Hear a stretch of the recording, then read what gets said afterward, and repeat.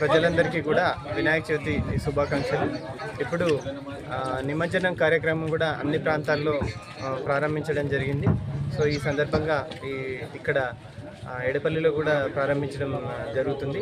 So ఈ సందర్భంగా ప్రజలందరికీ కూడా మా పోలీస్ డిపార్ట్మెంట్ తరఫున ఒక విజ్ఞప్తి ఏంటంటే, అందరూ కూడా కుల మతాలకు అతీతంగా అందరూ కూడా అన్ని మతాల వారు కులాల వాళ్ళైనా కూడా ఇది అందరూ సపోర్ట్ చేయాలి. ప్లస్ అందరూ కూడా శాంతియుతంగా మీ నిమజ్జన కార్యక్రమాలు ఎటువంటి అవాంఛనీయ సంఘటనలు జరగకుండా ప్రభుత్వం కూడా అన్ని ఏర్పాటు చేయడం జరిగింది. పోలీసులు కూడా అన్ని చోట్ల బందోబస్తును ఏర్పాటు చేయడం జరిగింది.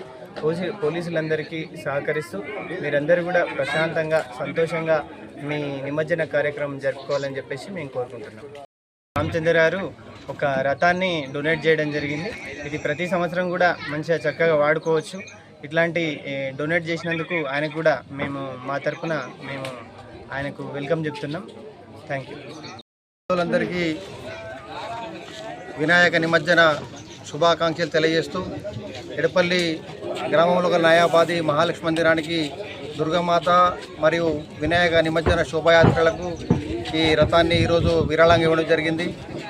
ఈ కార్యక్రమానికి విచ్చేసిన బోధన్ సిఐ గారికి మరియు స్థానిక ఎస్ఐ గారికి, మాజీ సర్పంచులు, గ్రామ పెద్దలందరికీ కూడా, యువజన సంఘాల నాయకులకు కూడా అందరికీ ధన్యవాదాలు తెలియజేస్తూ రానున్న కాలంలో ఎడపల్లి మండల కేంద్రంతో పాటు మండలంలో సేవలు చేయడానికి కూడా నేను ముందుకు వస్తూ ఉన్నాను.